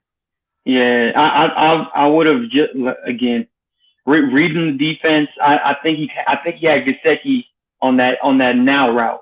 You know, like if you see how the linebacker pretty much buck dropped and gave that middle of the field right there. I mean, we're literally trying to move the football, man. Just put it in Gesicki's chest, man. Let's just get closer to that first down. You know what I mean? Yeah, so I agree. So now, that quick hitch right there, right? Mm-hmm. Okay. Yeah, put in his chest. That's the now route. Boom. Yeah. All right. So, I mean, he just looks indecisive and out of rhythm right on that play, you know? Mm-hmm. So this is going to bring up 3rd and 10. We got 2 in the gun. Ahmed to his left, 11 personnel, 1-by-3 receiver set. Chargers are going to roll from cover 6-2-4 to cover 2. Again, we're going to hear Morgan Fox and Robert Jones. You're going to see Robert Jones is going to get his hand swiped away, and Morgan Fox is going to get past him his outside shoulder with no issue. Armstead gets dominated by Chris Rumpf, and he ain't right. Probably shouldn't be out there. This is a sack again. Good. What is this? What down is this again? Can you remind me? I think it's third. What's been a recurring theme? What have I mentioned already now? Sacks, disruptive pressures or penalties on 3rd downs, right? Right. And we're already shooting ourselves in the foot. If we make a category of that, what is this, number 4 or 5 we're on right now, right? Just about. Yeah. It's been a recurring issue, man. Listen, when things like that happen on 3rd down, that changes the course of drives and the outcome of a game. I agree. You know? I agree. People need to realize you got to overcome it. You got to overcome it. My friend, that line can give up 7 pressures all night. But if 6 or all 7 of them are key pressures on 3rd down, what good is it?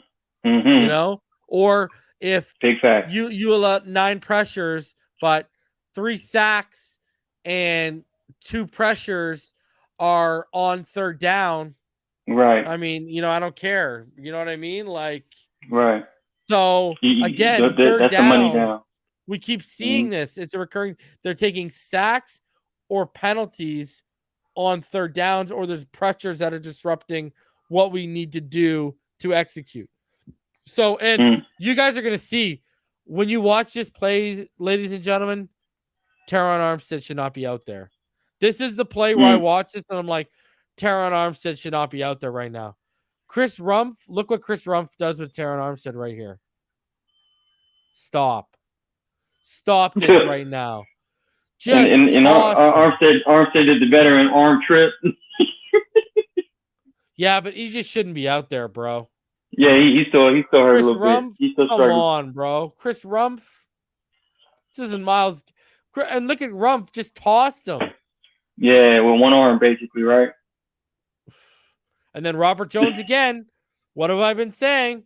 Robert Jones again. But do you think this D tackle here is not like? Is he like underrated, bro? Like, yeah, but Robert Jones we've been talking about a lot lately over the past couple weeks. Yeah, well, I mean, deservedly so, man. He's a backup. He's a back. He's been serviceable. He's been handling his business, but ultimately, like he is who he is as a player, right? But the guy that he's going up against, I'm just saying, this dude has been impressive. You know what I mean? And it doesn't matter if it's Robert Hunt. I think this dude is like legit. You know, the D tackle. Morgan. Yeah, Morgan Fox. That dude. I mean, you see it when you see it, man. That dude has a plethora of hand fighting, man. Which is pretty much an art. You know what I mean? So yeah, that dude looks good, man. All right. I know. Still 20-14. Because I want to see what they do on third down, right? Like we got one of the best third down quarterbacks since like in the league, or the best. Yeah. And you're not even giving him a chance. Yeah. To cook. So it's still 20-14, and we finally see something I was calling for during the game. 1st and 10 after the Chargers punt. Fourth quarter has just started. 2 in the gun. Mostert motions out of the trips left into the backfield right there. To Tua's right. You got 2 receivers to the right as well. 21 personnel. Cloud 1-3 by the Chargers. Mostert's going to motion back out left. And Tua's going to take Waddle on the speed out, who makes a man miss and gets up the right sideline for 19 yards. Bro, if Tyreek lays that block there, oh my God. Good night. But no, 19 yards, speed out, just quick, just get it in their hands and let them make their plays. And this was the adjustment that Mike McDaniel made. He understood that they were taking away the in-breaking routes. They were covering everything inside. So now to beat that, you have to do out-breaking routes. And they finally began to make the adjustments, and you see the result. So yeah. Yep. And Tyreek tried to make the block, but he's out of position, too, man. Right? He's hurt. Yeah. Right. So 2nd and 8 after a 2-yard Mostert run, 2 in the gun, 3-by-1 receiver set. Mostert in the backfield to his left, 21 personnel, cover 6, 4-2 for the Chargers. Mostert is going to motion outright, Martin. And guess who Tua is going to pump fake? Freddie Swain's spot route. And then he's going to take off for 9 yards scramble. But Freddie Swain, 83, he's going to get a spot route pump faked right there. And then Tua is going to take off. And don't like the diving head first. But he gets the first down. And then Freddie Swain helps him up, brother. Look at that guy. What a class act, Freddie. I did not know Freddie Swain was active, man. He was, did not 83. See that. 83, man. Wasn't that Tanner Connor's number at one point or something? What's Tanner's? Haven't we seen an 83? I thought we saw an 83 earlier this year.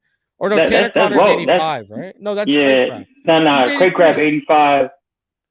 Wes Welker. You know what I mean? But I don't know, man. 83, I can't recall for what's this Tanner season. Connor? Tanner Connor's 80. He took Shaheen's number when Shaheen got put on injury reserve. Is he 80? He's 80? Yeah. Mm-hmm. Why did I think he was 83? Anyways. Huh. Mm-hmm. Well, slap my ass and call me Sally. All right. 2nd and 9 after a 1-yard run by Salvin Ahmed. Empty backfield for Tua. In the gun after Ahmed motions out to the right. Chargers will be in cover 1 man. Tua's going to pump Waddles out, and he's going to toss it up the middle of the field to avoid the incoming pressure from Tranquil and Robert, because Robert Jones is late to pick up Tranquil while Connor Williams is fan blocking and doesn't feel Tyler Davison up the gut, and Tua gets called for intentional grounding. Right? Picked him up late, and Robert Jones was just left out to hang out to dry there, but he was supposed to pick up, you want Connor to pick up slide inside, and you want him to pick up that late man. But look at this man's just fan blocking, not even head on a swivel, Connor. How many times have we told you this year? You keep your head on the swivel there. You got that, man. Look at, and we know his head's supposed to be on a swivel because what did he do at the end of the play, Martin? He went back over there. Head went on a swivel, and he's like, oh crap. Head on a swivel, Connor. And to be honest, man, Robert when it comes to blocking like that, as soon as you see that there is one person rushing 3 players to your right, you immediately revert to your left and see what are they doing over here, just in case what just happened is potentially going to happen. And it was just a brain fart, I think, by Connor Williams right there. Oof. One Robert rusher Jones was late to pick up Tranquil. So One rusher wouldn't to the right side. Yeah. It's a bad play by the O-line right there. But regardless, I still like Tua just getting the ball out of his hand, bro. Yeah. Even if it's intentional grounded. I like his he's bought into Mike McDaniel's contingency plan essentially, and I love seeing that from Tua, man. That shows maturity. That shows growth. All right, 3rd and 19 now. 2 in the gun. Ahmed to his left. 11 personnel. Trips bunch right. 1 receiver to the left. Chargers show cover 6-2-4, but roll to cover 2. Sherfield's gonna motion to the left. It's just gonna be a screen to Hill, who manages just 8 yards, and Miami has to punt. But this has all just been a snowball effect of lack of execution early on. Yeah. We didn't get into a rhythm as an offense when Tua was making the throws to put us in the rhythm, and whatever the case may be, whether receivers dropping, penalties, whatever, we just weren't getting into the rhythm, and it just played out the whole game like that, man. We just never got it. And, you expect us to get in that rhythm coming out of half, and we just don't. But again, I think with Tua in particular, it always starts with that first drive. It always starts with that first drive. As soon as he gets, those 8 to 10 to 15 Dude, plays we struggled when we haven't deferred, Martin? Like, have you noticed that? Yeah. Like out the gate. Crazy. Yeah. Anyways, make your point. Sorry. No, I'm just saying, to get into that rhythm that you're saying that we've been off of these last 2 games, it's always, in my opinion, been about Tua's first drive and the first drive execution, the reads, the throws, the rhythm, the timing. That first drive, that scripted drive, really sets the tone for Tua and his his confidence throughout the entire game. Yeah, and just the offense in general, the way it flows, the way it moves. Yeah. You're seeing the effects of it, man, and that's something that actually McDaniel needs to address, not Tua, but McDaniel. So, let's see how they do, man. Let's see how they bounce back. All right, 23-14 now after Chargers field goal. 2 in the gun, 11 personnel. Moser to his right.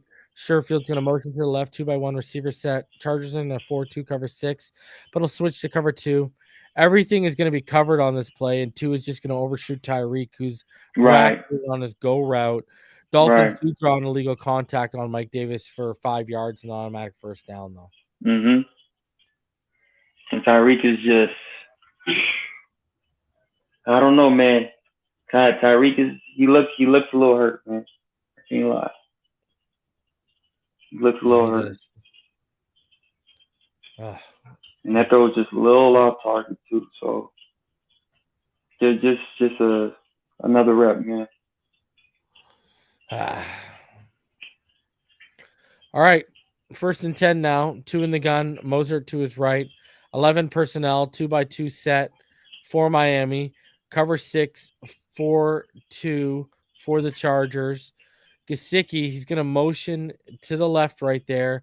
And Tua, this is a tight window throw too. Mostert, good coverage on the slant. 7 yards, man. This ended up being a tight window throw by the end of it. That's what's hilarious, I know. And again, I know Tua's trying to pick a side, but I think he still needs to, force himself to read coverages, bro. Because you had guys like Cedric Wilson, right, to the left, that just popped. Cedric Wilson was open a couple times. Yeah, he's popping open, but if you're not necessarily reading the coverage, if you're stuck on one side of the offense, then I'm not complaining about the completion. It's more so I'm more so thinking about Tua, emphasizing the order of operation that makes him great. Because we've said this before, man. Tua's superpower isn't his arm, it isn't his legs. It's not. It's about how he executes, and execution comes with reading defense as well. Yeah, yeah. And I just see him reverting back to just being, I'm staying this side or I'm staying that side. Nah, read the defense, the whole defense. Yeah. And it's like but we mentioned this. It was like he was reverting to that when he's forcing the completions. Right. When he's not comfortable feeling the game, he reverts to that when he forces it, trying to force completions. Right. Right. And you see it, man. Mm-hmm. Yeah. All right. So, this is now after the 7-yard gain, 2nd and 3. We just called his name, Cedric Wilson.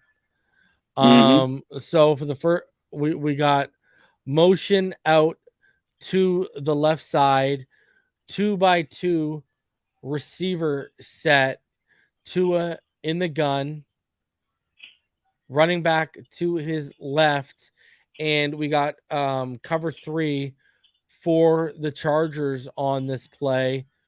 And you look at good chip block by the running back, and Tua's just going to take Cedric Wilson right there on the quick.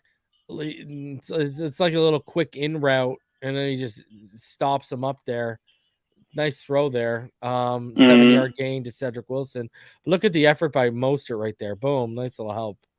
Mostert's block nullified a complete brain fart by our left guard and our center on that play. Yeah. Who blocked nobody. Yeah. It's like, come on, bro. Brandon Shell. Great play. Brandon Shell. That was on Brandon Shell. Well, not necessarily, because when you see we'll get to the guy view. Great read, great throw by Tua right here. What are you gonna say, Brandon? Brandon Shell made like he kick stepped towards the outside man and then he came inside. Yeah, but again, so you see he's Robert playing Hunt. Outside shoulder. He said, so you're gonna say, okay, outside shoulder, take Robert Hunt, but the delay. There has to be more of a communication on again. Connor Williams ain't blocking anyone, bro. And we know Frank Smith said that they went back to what the Chargers do, where the offensive line is making the adjustments and the shifts. Yes, and he's just not reacting quick enough to, because he's not an natural you're shifting to the left, but you only see one pass rusher. You immediately exit that pass set, and then you go to the opposite side to see what's going on over there, and they're just not doing it in an efficient rate, bro. It's tough, man. It's tough, man.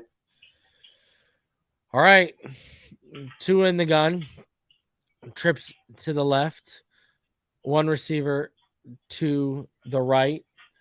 It's going to be an empty backfield as Mostert motions out and stacks to the right. So empty set for Tua. You're going to go drop from a 3-1 to a cover 3 are the Chargers post snap here. Obviously after the Cedric Wilson 7-yard completion, it's now first down, and we're going to start seeing the completions rack up a little bit here. And you're going to see Waddle just right on that spot route. Tua hits him, and easy completion. Yeah, right read, right throw. Robert Hunt's footwork on this, trash. That's why he ends up on his butt. That's why he ends up on his ass. So look at this. What is he doing? What was he doing, bro? What was he doing? Was he tap dancing? Like, did you see that? This guy's doing the 1-2 step.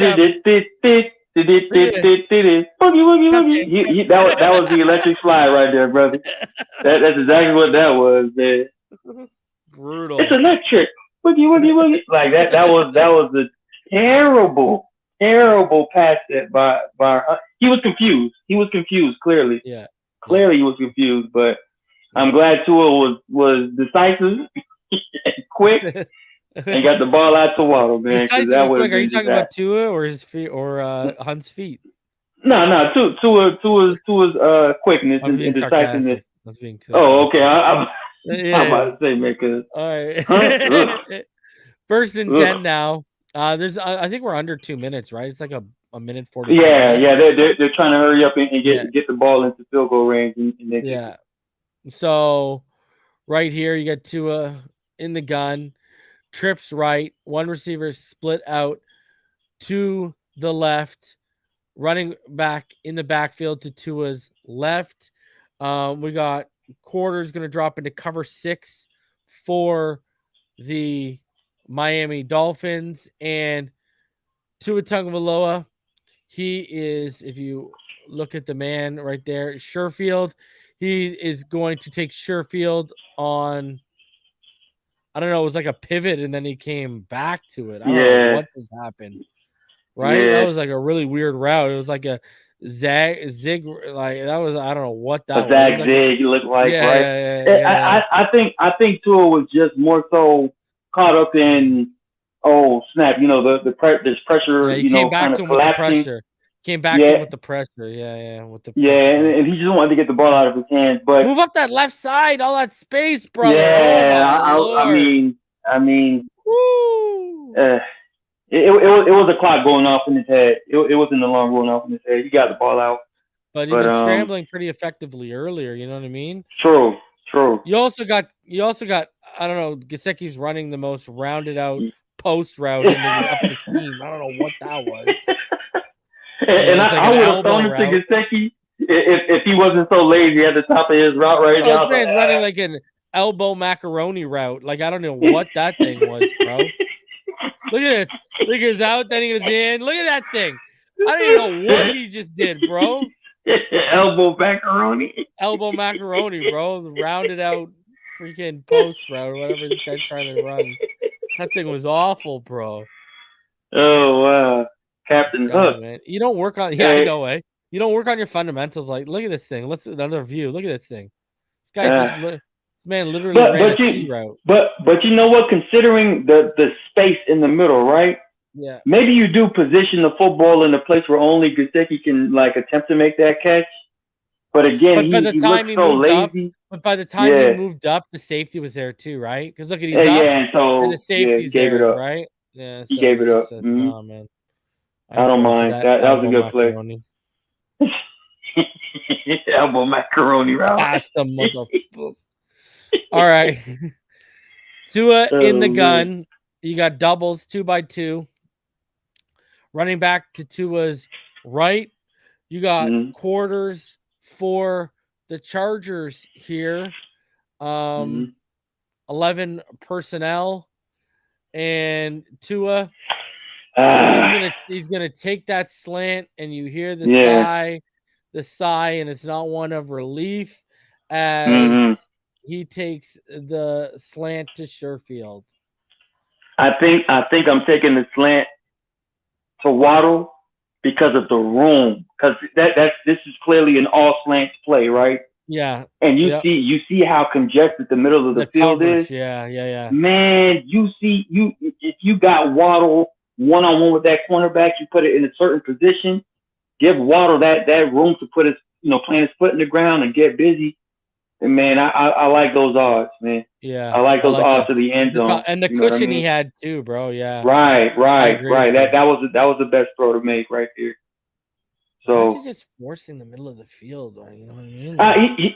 Tua has grown a good comfort with throwing the football in the middle of the field, which from what we're hearing, because we're seeing these adjustments. Don't do early on, we were complaining about McDaniel giving them long developed routes. Now he's giving them all slants.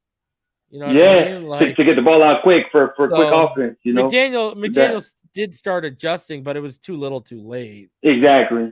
The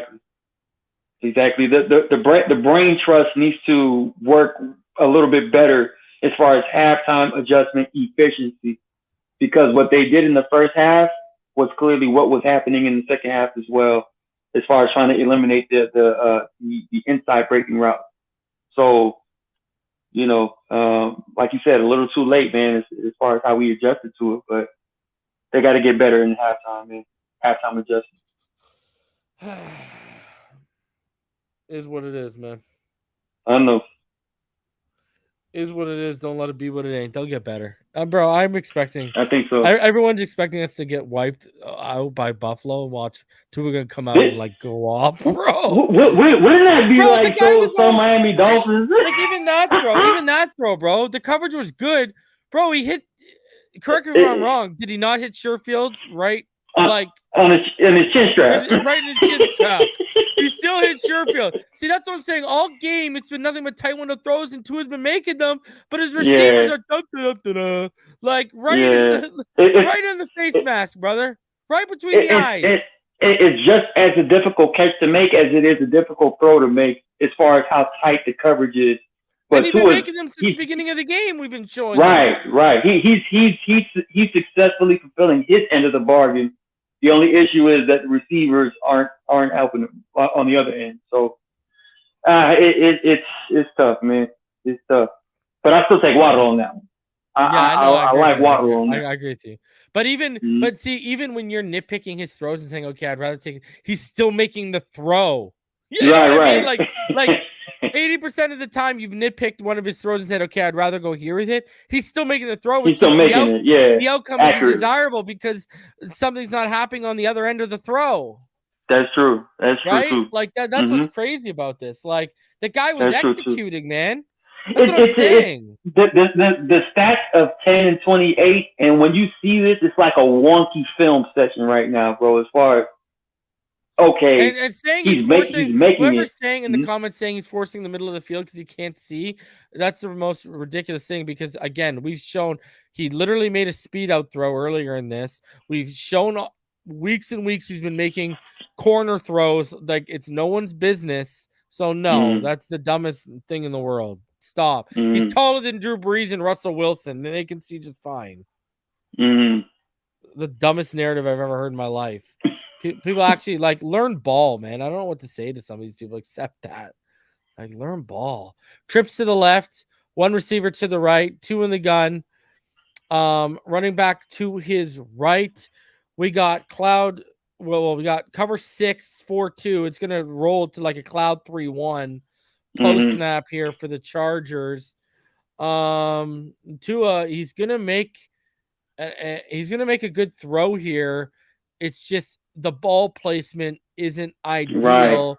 You watch Waddle here, probably should go. You see the motion there on the swing, the wheel/swing.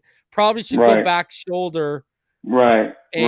But again, when you watch the throw here, Waddle, this is one of the throws that Waddle lost it in the lights. That too. This is a throw. I don't know if you're going to see this angle, but this is a throw. Like, look at Waddle totally lost that in the lights. Like, either or, even if you go back shoulder, this is one of the throws we were talking about earlier where Waddle lost this in the lighting. But the one thing about a back shoulder throw, as opposed to an over the top rainbow, right? Back shoulder throws are coming your way. It's a line of view. It's a eyesight. It's a line view of the ball coming towards you, which normally make the receiver just completely adjust his body and make that back shoulder catch. I thought that was the best attempt to make on this throw, considering that Waddle had a clear, release, but the DB was on top of him the entire time. Yeah. But Tua didn't quite make the read of where the DB was. He just made, one side to the other side and just made the throw instead of making the right throw. That was the right read, but now you have to make the right read and the right throw. That's not he tried to touch that and bucket it a little bit when you got a back shoulder it, basically. Yeah, the back shoulder was available, man. So yeah. It is what it is, man. The lighting cost that throw anyway, so who knows even if he would have made the back shoulder throw if it would even been tracked properly, right? Given given how that worked out, you know what I mean? Given how it worked out, who knows if that would have even worked out. Anyways, your thoughts, brother, on the tape, because really, like, listen, did Tua have some misreads? Sure. Did Tua have some missed throws? Sure again. But there was a lack of execution on the other end of the ball. The adjustments didn't come till later in the game. And when they came, we're talking about all slants on the final drive of the game. Yeah, to get like, the ball out quick. Yeah. You know what I mean? Like, at the end of the day, Tua was not the only thing that wasn't right. And technically, if you want me to be honest with you, Tua was more on point throwing the football this weekend than he was against San Francisco. Exactly. That was the most encouraging part about watching this film. The stats from last week against the 49ers looked the part, but the play from this week looked the part. You know, as far as the role reversal of what the stats were as opposed to how he played, the 295 and vice versa the two here. touchdowns looked more like the way he executed today on his end as opposed to how he did last week. I liked how he played against the Chargers more than how he played against the 49ers, even though the stats were by far better against the 49ers. And again, this film was encouraging because, again, when you go back to the stat line, it doesn't tell the absolute truth. It tells parts of it and what occurred, you know, throughout. But for the most part, man, I mean, you can see it, man. Tua played very confident in this game, or more confident than what he was last week, and he was much more engaged in what was going on a down by down basis this game, and I appreciated his effort. You know what I mean? Like, it was there. Like the reads were available, the throws were made, and there were plays to be made. The only issue was it just wasn't our day. You know, like you said, you know, Tyreek losing the football in the lights, or you know, Waddle just dropping just you know, passes right in his oven mitts, man. And it was just one of those situations where we weren't the chemistry wasn't there, and it wasn't working. It was an off day. But you saw what you saw from Tua. Tua was confident. Tua was engaged in this game, and Tua had, you know, especially early on, he was making throws to where it should have been completed. It just wasn't. And you know, I would also say, man, people keep looking at these type of games as far as back to back and Tua's performances and saying, well, he's not the guy. I'm moving on. He's trash. It's like, listen. We have Tua in our building right now. He is the Miami Dolphins quarterback. That's who he is. That's what he is. Who would you go get if you were to move on from Tua this season? Who are you going to get? Who are you gonna put your hat on? Skylar Thompson? Who are you gonna put your hat on? A veteran that you're gonna trade for? Are you gonna try to draft a player? Like, Tua is in a position where he's clearly shown you this year that he can get the job done. We don't have the capital. Yeah. Who do you want to get? And we don't have the money really, right? Well, that's what I'm saying. We don't have the draft capital or the financial capital. We gave that to Chubb. Right. They want to extend Wilkins. Brother, Tua's here. It is what it is. Listen, people listen. What's funny is the same people who were claiming we were all overreacting when we saw the ceiling, so when we started to gain a grasp of Tua's ceiling in this offense, the same people who were saying we were overreacting to that are overreacting to 2 bad games. And again, if you watch the film, you get the answer as to why things are happening. And there's reasons why. There's compounding factors as to why. Tua's struggled at times, but now we're getting into compounding factors that are going on in the offense, from the receiving core to the coaching staff, that are heightening and highlighting his struggles. Exactly. So, the same way that y'all can claim McDaniel and Tyreek and all these people, you know, saved Tua and made him great. Right now, they're attributing and contributing to him not being great. And bottom line, man, I'm looking at what Tua is in right now as far as the situation, back-to-back losses, and not only back-to-back losses, but back-to-back games where he knows if he plays better that they win these games, right? Yeah. Even though Buffalo is arguably the toughest opponent per the team, per the situation, I still see Tua bouncing back in a very obvious way. They're going to get up for this game. We're lucky. we're lucky it's not just some random team and that this is a division rival. They're going to get up for this game. They would have got up for this game if we would have won the last two anyways. They'll certainly get up for it after the last two performances. That's at least what I expect. If we come out flat as an offense and we try to again fit the square peg in the round hole, we got to start asking questions. We got to start asking questions about a lot more things than Tua Tagovailoa.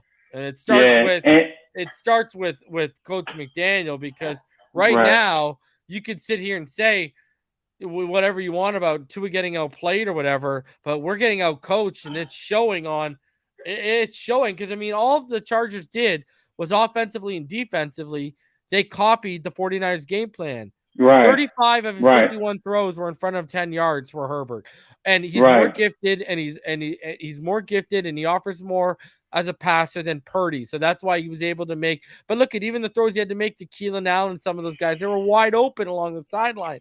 So it's not like they were even asking to make crazy tight window throws. While Tua's over here, it's tight window throws all day. Basically, right? And again, I said this before, I'll say it again, reason. I believe that the more you see Tua throughout the year, throughout this season, and the more you've seen him play well already, the only other hurdle that you have to see him get over is the big game, right? The big game, the games that matter. We are in full control. Young team, right? So and Tua is still a relatively young quarterback, right? I think once Tua gets over that hurdle, which I believe he will, game on. Once that happens, once he has that under his belt, and once he figures out the